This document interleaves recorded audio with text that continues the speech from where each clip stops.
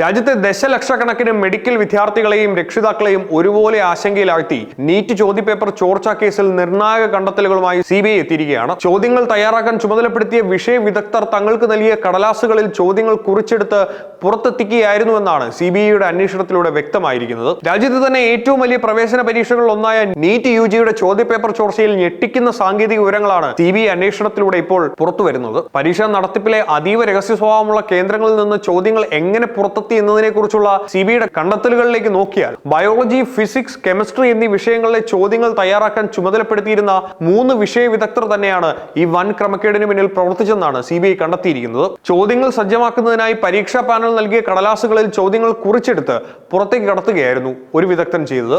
ഇത്തരത്തിൽ 135ഓളം ചോദ്യങ്ങളാണ് കടലാസിലാക്കി ഇയാൾ പുറത്തെത്തിച്ചത്.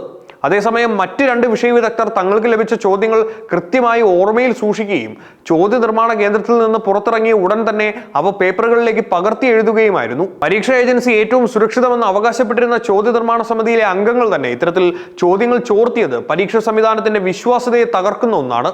ദേശീയ തലത്തിൽ ലക്ഷക്കണക്കിന് വിദ്യാർത്ഥികളുടെ ഭാവി നിർണ്ണയിക്കുന്ന നീറ്റ് പ്രവേശന പരീക്ഷയുടെ സുരക്ഷാ സംവിധാനങ്ങളിൽ നാഷണൽ ടെസ്റ്റിംഗ് ഏജൻസി വരുത്തിയ ഗുരുതര വീഴ്ചകളിലേക്കാണ് CBI അന്വേഷണം ഇപ്പോൾ വിരൽ ചൂണ്ടുന്നത്. പരീക്ഷാ ചോദ്യപേപ്പർ സജ്ജമാക്കുന്ന വിഷയ വിദഗ്ധരെ പാർപ്പിച്ചിരുന്ന കേന്ദ്രങ്ങളിൽ ഏറ്റവും അടിസ്ഥാനപരമായ സുരക്ഷാ ക്രമീകരണങ്ങൾ പോലും ഉണ്ടായിരുന്നില്ലെന്ന ഞെട്ടിക്കുന്ന വിവരമാണ് ഇപ്പോൾ CBI പുറത്തുവിട്ടിരിക്കുന്നത്. ചോദ്യങ്ങൾ തയ്യാറാക്കുന്ന മുറികളിലോ പരിസരത്തോ യാതൊരു വിധത്തിലുള്ള CCTV നിരീക്ഷണവും ഏർപ്പെടുത്തിയിരുന്നില്ല. അതിനു പുറമെ ചോദ്യങ്ങൾ നിർമ്മിച്ച് പുറത്തേക്ക് പോകുന്ന വിഷയ വിദഗ്ധർ യാതൊരു വിധത്തിലുള്ള ദേഹ പരിശോധനയ്ക്കും വിധേയരാക്കിയിരുന്നില്ല.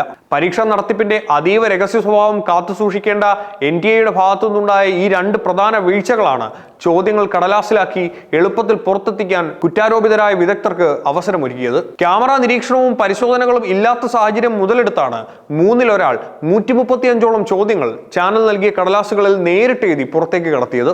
പരീക്ഷാ ഏജൻസി പാലിക്കേണ്ട അടിസ്ഥാന സുരക്ഷാ പ്രോട്ടോകോളുകൾ പോലും കാറ്റിൽ പറത്തിയത് NTAയുടെ പരീക്ഷാ നടത്തിപ്പിന്റെ വിശ്വാസ്യതയെ തന്നെ ചോദ്യം ചെയ്യുന്നതാണ്. നീറ്റ് ചോദ്യപേപ്പർ ചോർച്ചയുടെയും OMR മൂല്യനിർണ്ണയത്തിലെ ക്രമക്കേടുകളുടെയും പശ്ചാത്തലത്തിൽ പരീക്ഷാ നടത്തിപ്പിൽ വിപ്ലവകരമായ മാറ്റങ്ങൾ വരുത്താൻ ഒരുങ്ങുകയാണ് കേന്ദ്ര സർക്കാരും NTAയും. നിലവിലുള്ള പേപ്പർ OMR രീതിക്ക് പകരം സമ്പൂർണ്ണ കമ്പ്യൂട്ടർ അധിഷ്ഠിത പരീക്ഷയായ CBT രീതിയിലേക്ക് നീറ്റ് മാറ്റി സ്ഥാപിക്കാനാണ് പ്രധാന ആലോചന നടക്കുന്നത്.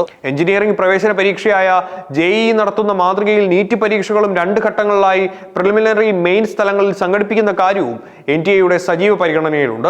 ചോദ്യചോർച്ച തടയുന്നതിനൊപ്പം വിഷയത്തിൽ ഒരു തവണ മാത്രം പരീക്ഷ നടത്തുമ്പോൾ വിദ്യാർത്ഥികൾ നേരിടുന്ന കടുത്ത മാനസിക സമ്മർദ്ദം കുറയ്ക്കുന്നതിനായി 2 അവസരങ്ങൾ നൽകുന്ന കാര്യവും കേന്ദ്രം പരിശോധിച്ചു വരികയാണ്. പരീക്ഷാ നടത്തിപ്പിന്റെ സുരക്ഷ ഉറപ്പാക്കാൻ ISRO മുൻ ചെയർമാൻ ഡോക്ടർ K രാധാകൃഷ്ണന്റെ അധ്യക്ഷതയിലുള്ള ഉന്നതതല വിദഗ്ധ സമിതി സമർപ്പിച്ച 100-ലധികം ശുപാർശകൾ അടങ്ങിയ റിപ്പോർട്ടിന്റെ അടിസ്ഥാനത്തിലാണ് പരീക്ഷാ രീതിയിലെ ഘടനാപരമായ മാറ്റങ്ങൾ.